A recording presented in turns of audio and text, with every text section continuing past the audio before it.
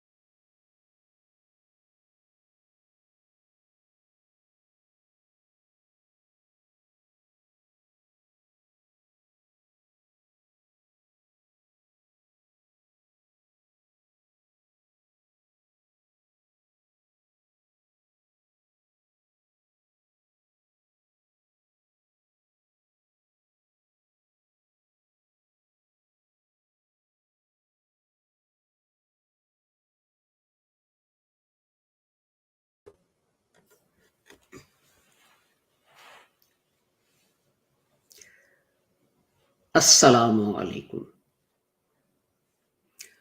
It is Thursday, the 9th of February 2022, and in our series, Reflections on the Holy Quran, this is broadcast number 392. And these days, we are looking at the words of verse 107 of Al-Baqarah, chapter 2 of the Holy Quran. And this is our sixth broadcast about the words of this verse of the Holy Quran.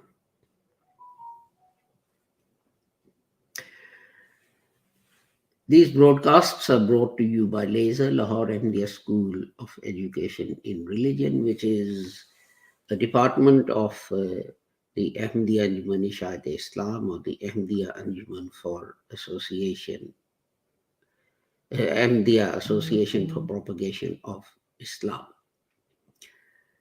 The Ahmadiyya movement was created by Hazrat Mirza Ghulam Ahmad Rahmatullah Alayh, who taught that although other Muslims say that after the Holy Prophet Muhammad, prophethood continues, but this is wrong, because the Holy Quran says that the Holy Prophet Muhammad was Khatmun Nabiyyin, and the Holy Prophet Muhammad himself explained the meaning of that term by saying, Ana Khatmun Nabiyyin la Nabiy Abadi. There is no prophet after me. So now no prophet can come, whether an old one or a new one. This worried his companions, radiallahu anhum, who asked that what will happen to the Muslims, because when previous nations needed guidance, God sent prophets. What will happen to Muslims? And the Holy Prophet Muhammad said that God will send reformers to guide the Muslims, to help them follow the right path. And Hazrat Mirza Ghulam Ahmad was one link in that chain of Mujaddids. His distinction was the fact that other ahadith speak of the Messiah and the Mahdi who will come and lead Muslims or guide Muslims. But Hazrat Mirza Ghulam Ahmad said that these are not two different personalities. They are metaphors for the work for Mujaddid who will appear, and I am that Mujaddid.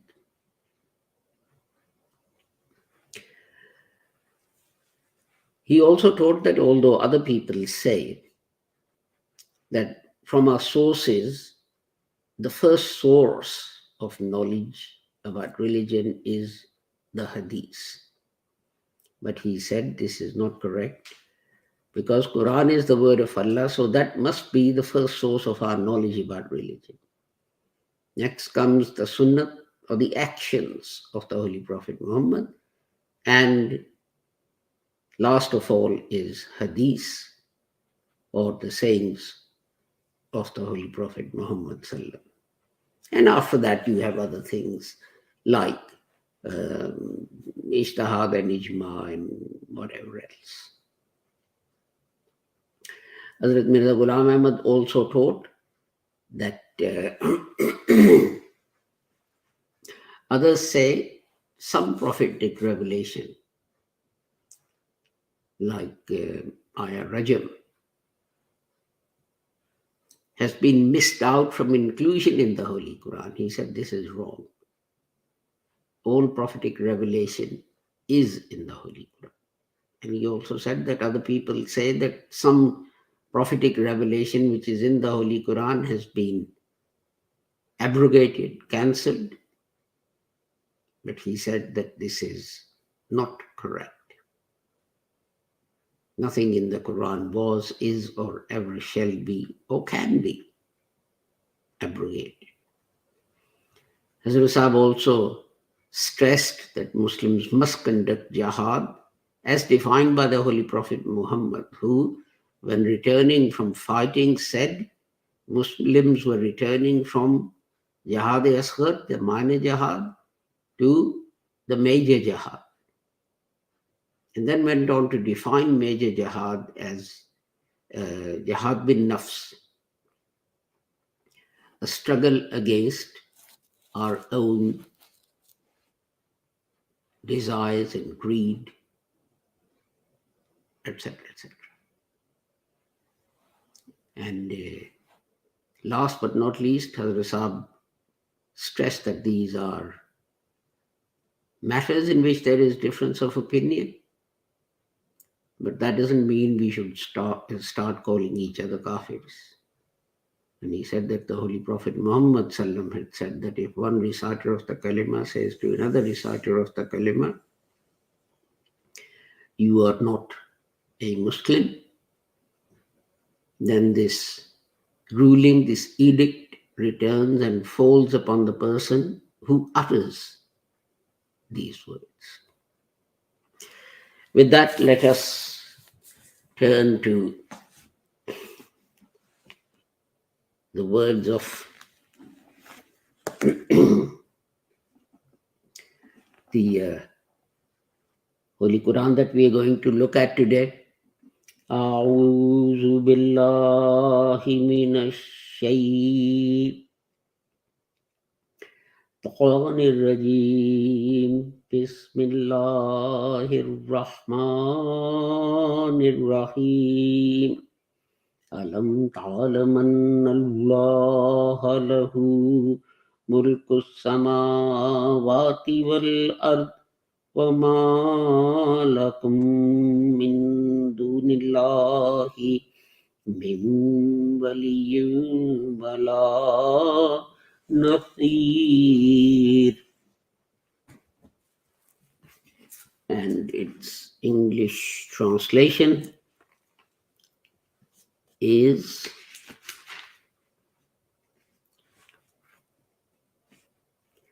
don't you know that Allah's is the kingdom of the heavens and the earth, and that besides Allah, we do not have any friend or helper. Let me move the marker to the correct place.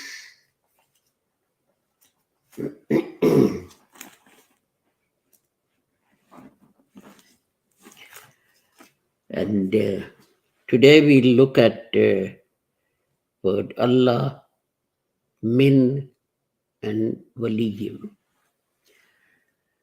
So let me go to my notes. The first word is Allah, and we have talked about this many times before, that this is a proper noun. It is the name of the divine being. Almost all dictionaries would tell you that it's a combination of al and illa, but the Lahori Ahmadi scholars like Hazrat Maulana Abdul Haq Sahib Vidyarthi Rahmatullah Alayh proved that it is not a combination of al and illa. It is a word in its own right, Allah. Because al means the, illa means God. So if you're going to say that it means the God as opposed to a God, then it implies that there are many gods and he is like their chief. And I mentioned this before, that this is an old Greek and Roman idea, that you had God of war and God of sun and God of moon and God of love and all this kind of thing. And then you have the chief God, the God who keeps all the other gods in check and in line. And in Greek mythology, there are many stories. In Greek mythology, there are many stories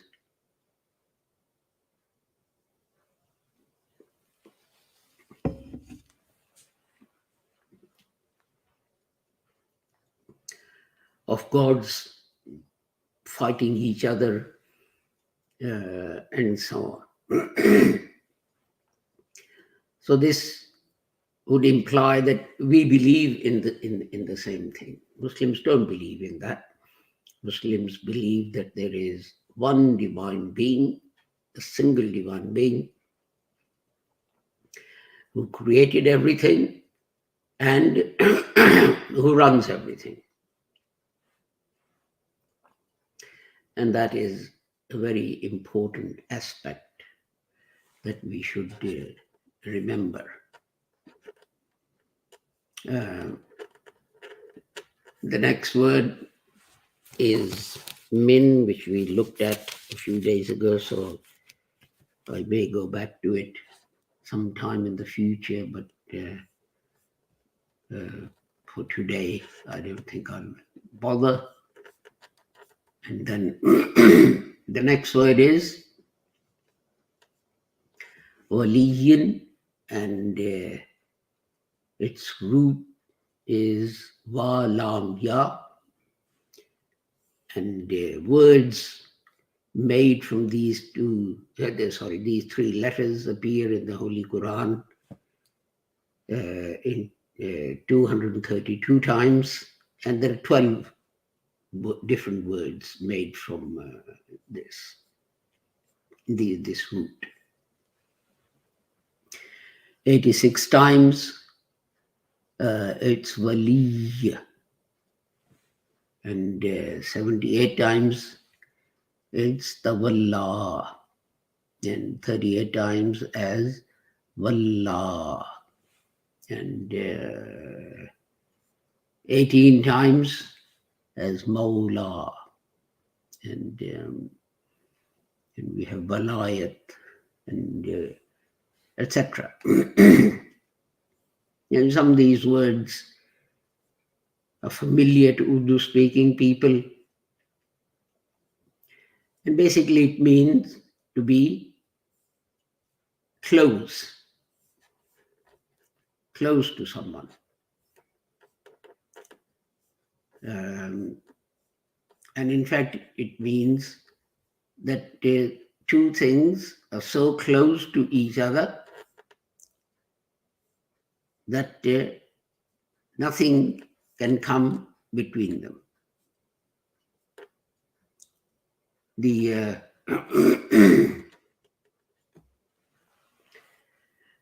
easiest example I found is from mathematics. If you talk about integers, then we have 3 that follows 2.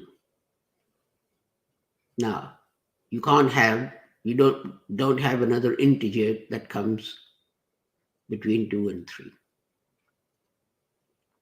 So that is to be so close to the preceding thing, whatever it was, so that nothing can come between. And that could be, for any reason. If you live in a semi-detached house and the two houses are joined, then nothing can intervene between those two houses. It could be because of that, or because of your position in life, or religion, or friendship. That friendship can be human, that friendship can be God's friendship. For example, in chapter 2, verse 257, God says, Allahu waliyul lazina amanu. God is the friend, God is the wali of those who believed. Or in chapter 7, verse 196, it says, Inna waliyin yallah. My helper, my friend, my protector is Allah. So chapter 3, verse 68. Wallahu waliyul mu'minin. And Allah is the wali, is the protector, is the friend of mu'minin, the believers. And in chapter 22, verse 78, we have wa'tasimu billahi huwa mawlakum fi ni'mal mawla. And hold fast to Allah's rope.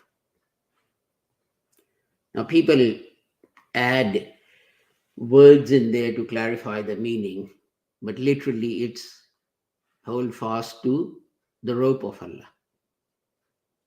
People say hold fast to the Quran, or hold fast to the religion of Allah, and so on. But literally it is hold fast to Allah's rope,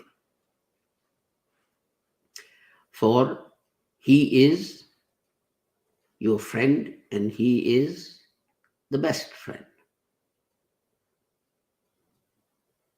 And so this is like a parent giving guidance to his children and saying, hold on to this piece of advice. This will serve you well in your life. This is exactly the same thing. Hold on to Allah's guidance, Allah's advice, because He is your best friend. He is the one who has your interest most at heart, not anyone else.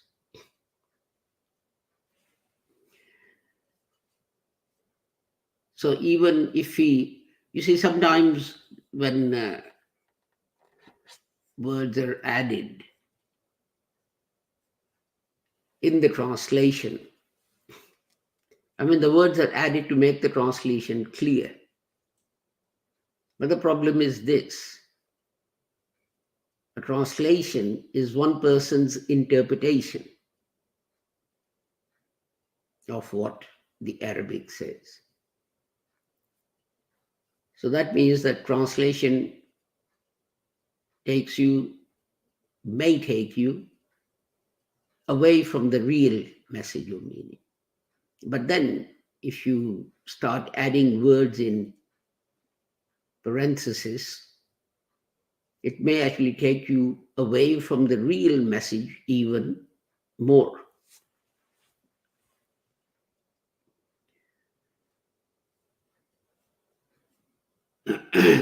And that is something worth remembering. And there are two or three things to remember about this word in particular.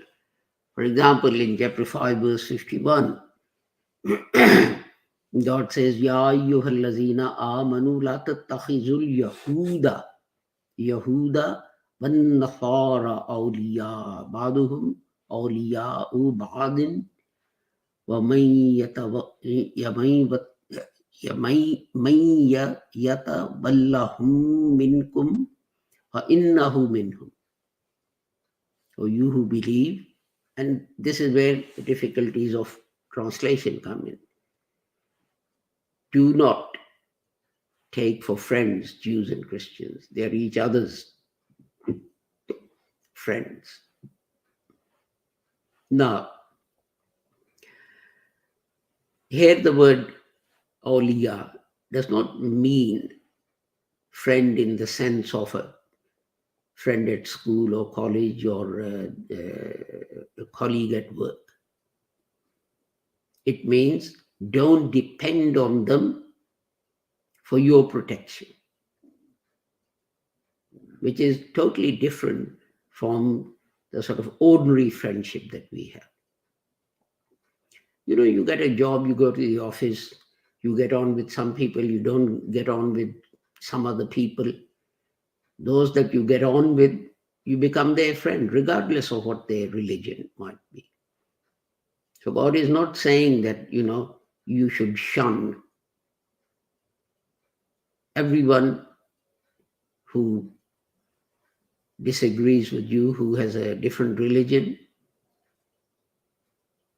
and only be friendly with those who are Muslims. What that will do, it will create division. I mean, for example, in the UK, what should I do? I live in a place where there are no Muslims. The Christian, the Paudry of this area lives next door to me. And then one door down is a Hindu family, and so on. So what should I do? I should reject them all? What sort of message of unity, of humanity will that send? Because God says elsewhere that, God created you from a man and a woman and made tribes and families out of you simply so that you may know each other. It doesn't say because some are better or superior than others. And this is the difficulty that, with translation, that unless you think about what you are reading, whether it's logical or not, whether it makes sense in the light of the rest of the Holy Quran or not, you may get misled. I mean, elsewhere the Holy Quran says, don't worry about people. Your duty is to propagate. Once you've told them what the right thing is, well, that's it. You've done your duty. Now it's between me and them. Or another place, the Holy Quran says, tell them, I don't agree with you. You will never get, you don't agree with me. You will never get me to agree with you. Okay, you live the way you want to, I live the way I want to. And at the end, we will each see who was correct. Now, this is a message of reconciliation and friendship, and not enmity and rejection and so on. So in my view, God is telling Muslims not to depend on other people. And he's using the Jews and the Christians as examples because these were the people who lived in Arabia with the Muslims, that don't depend on them for your security. Not that, you shouldn't be friends with them, etc. They take another example. A funeral was going by and the Holy Prophet asked Muslims to stand and pay their respects. And someone said, "O Prophet of Allah, he was a Jew." And the Holy Prophet sallallahu alaihi wasallam turned around and said, "Aren't Jews human?" Now take another example. Who did Muslims go to seek protection? Negus in Abyssinia. And when he died, the Holy Prophet received the news and he said, "Our brother Negus has died. Let's say his funeral prayers." And his funeral prayers were said in the same way as the funeral prayers of a Muslim. Now, what are you going to tell me? That the Holy Prophet was acting against the injunctions of the Holy Quran? No, he wasn't. He understood them better than all of us put together. And by his actions, he is showing us that what the Holy Quran, what Allah wants Muslims to do is to depend on their own power for their protection and not depend on others. Because if you depend on others, you may get let down. And Muslims have been over the years let down by many powers upon whom they depended for their protection. So this is simply a common sense instruction. Now, you see, from this you can see that the Holy Quran tells us that there is a link between God and humans. And if you follow the guidance given in the Holy Quran, then God becomes your protector, he becomes your helper, he becomes your friend. But the first thing that you have to do is to follow that. And people, individuals who do it, are called wali, and a group who does it are called awliya Allah. Awliya is the plural of wali.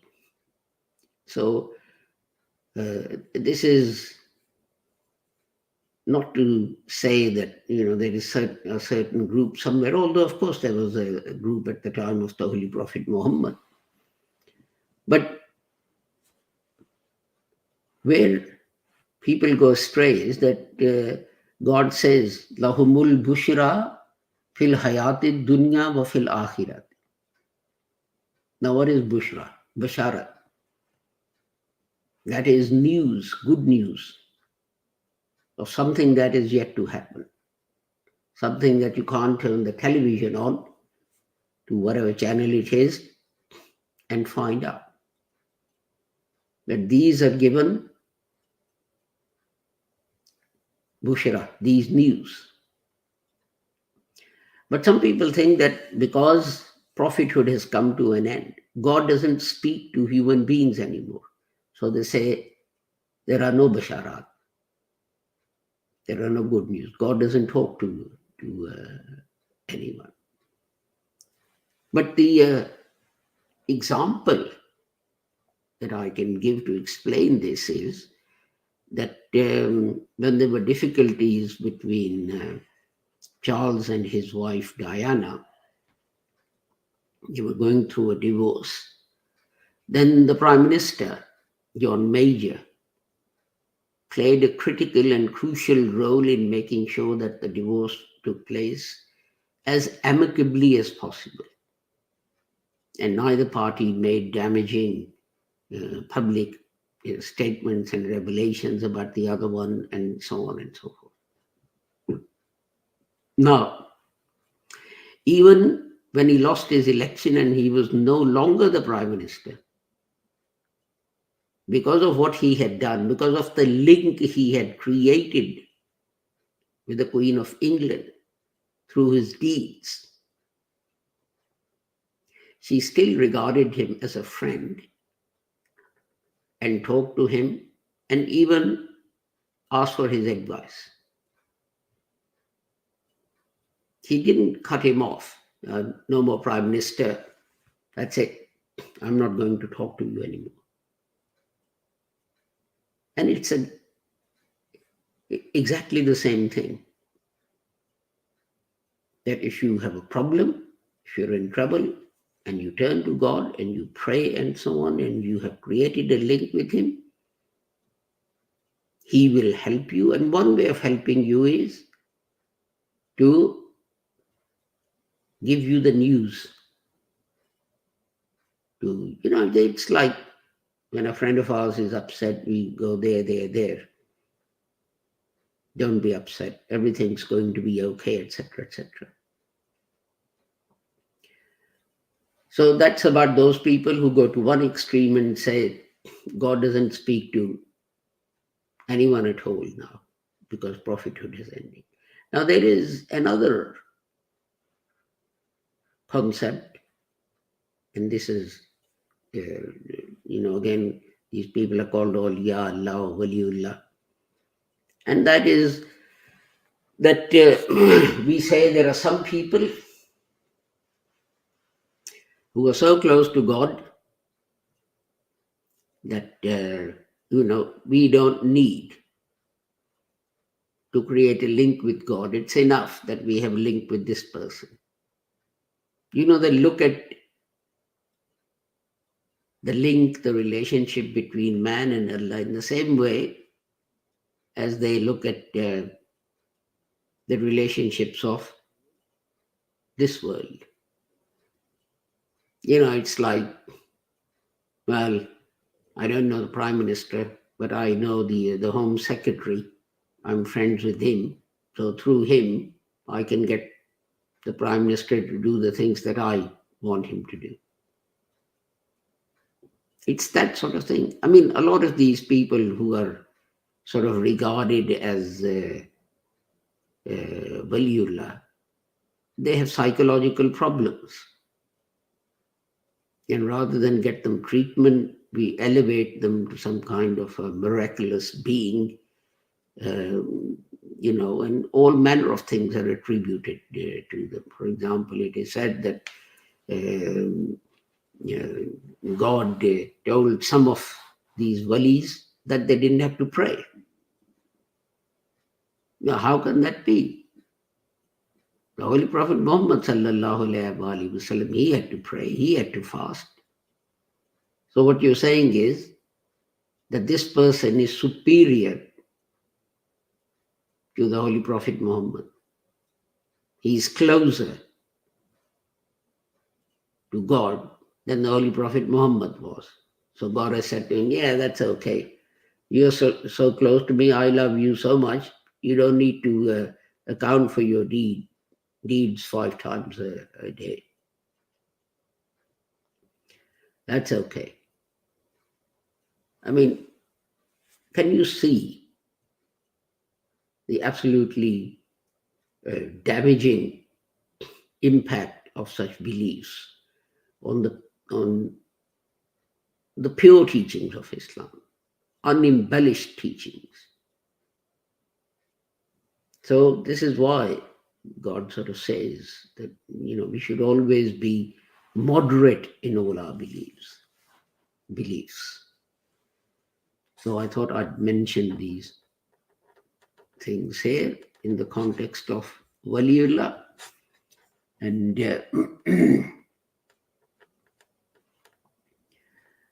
with that, I think I overrun time, or have we got? Yes, we've overrun by 6 minutes. I take my leave of you with the prayer that whoever you are and wherever you may be, may Allah keep all of you safe and sound and free from harm. Assalamu alaikum, Khuda Hafiz, and goodbye.